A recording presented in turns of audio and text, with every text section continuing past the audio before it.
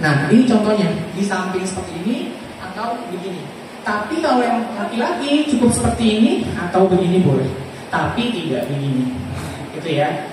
Dan posisinya tegak, ya, seperti itu.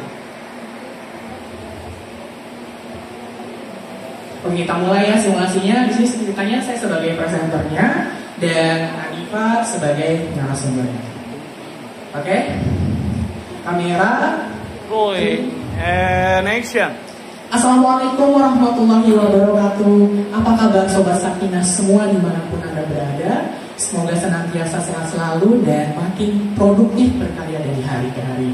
Senang sekali pada hari ini saya Robika Muntahamilyara menjumpai Sobat Sakinah semua di dalam acara Dialog Sakinah, inspirasi kita semua. Berikan tepuk tangan dulu. Oke, Sobat Sakinah, tahukah Anda bahwa laporan dari VR Social Media pada tahun 2023 jumlah pengguna media sosial YouTube mencapai 2,7 miliar pengguna di dunia. Posisi ini menempati media sosial YouTube sebagai media sosial terpopuler peringkat kedua di dunia. Sementara di Indonesia, media sosial YouTube menempati peringkat pertama dengan jumlah pengguna sebanyak 139 juta pengguna. Lalu bagaimanakah YouTube digunakan di kalangan mahasiswa Indonesia? Dan apakah fungsi YouTube bagi mereka?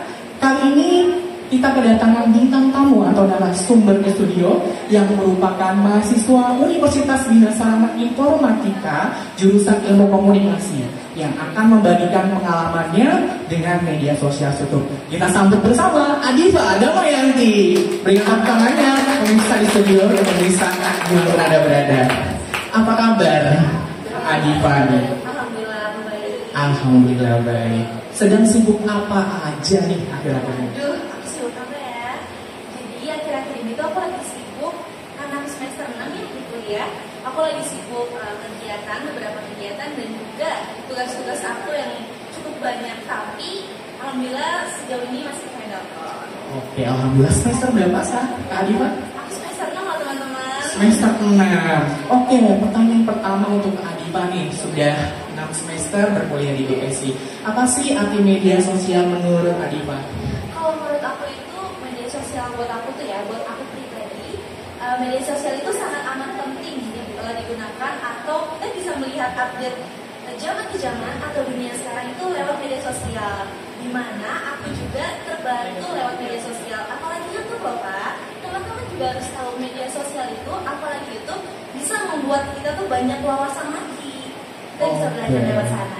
Keren. Kemudian siapa yang pertama kali memperkenalkan Adifa media sosial? Mungkin awalnya itu teman aku ya, karena kan dia juga tertarik dan aku juga ikut-ikut tertarik dengan media sosial dan ternyata media sosial itu tidak merugikan Pak. Jadi teman-teman juga bisa update segala informasi lewat sana.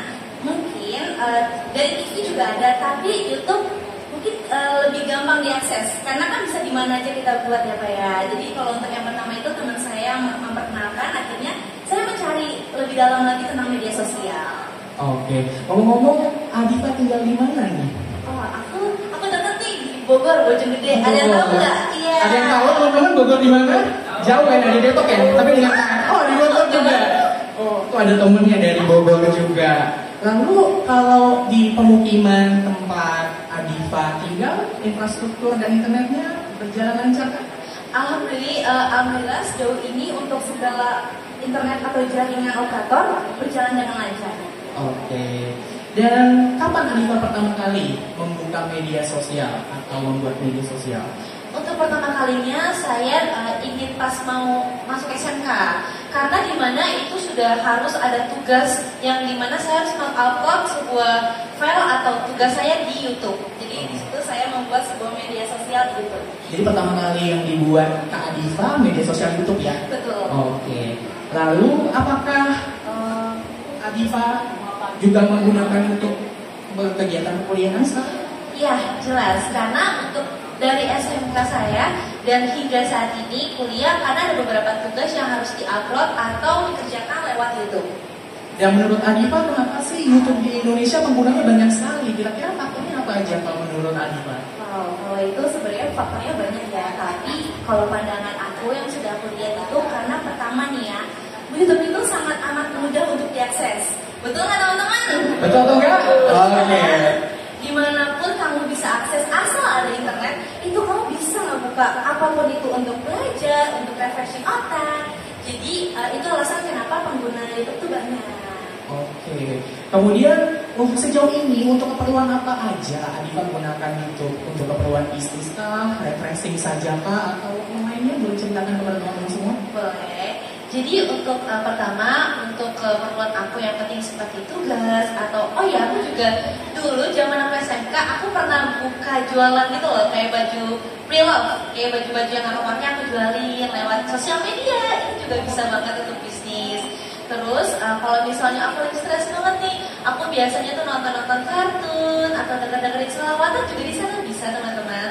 Oh, banyak banget sisi positif yang diambil dari Banyak ya. sekali, betul. Sesuai dengan penggunanya, asal bisa menggunakannya dengan bijak. Oke, kalau sisi negatifnya boleh nggak diceritakan sama teman-teman semua? Ada nggak yang pernah Adipa rasakan saat mengakses media sosial? Untuk sisi negatifnya, sejauh ini aku rasain mungkin karena sosial media itu mengupload atau seperti men-showkan kayak positif-positifnya aja. Jadi terkadang aku suka insecure, kayak misalnya aku suka ini karena aku terkadang suka membandingkan diri aku gitu loh. Jadi kayak aku sedih sendiri, tapi balik lagi sama pola pikir kita harus diolah lagi. Oke, tak terasa kita sudah di akhir segmen diskusi tentang media sosial YouTube dan penggunaannya di kalangan mahasiswa Indonesia memang menarik untuk kita bahas. Sobat Sakinah semua, seperti pisau bermata dua, media sosial pun mempunyai sisi positif dan sisi negatif kepada kita semua. Itu semua tergantung bagaimana kita sebagai manusia menggunakannya dengan bijak dan dewasa saat mengakses informasi dari media sosial. Sobat Sakinah semua, tetaplah berhati-hati dalam mengakses media sosial.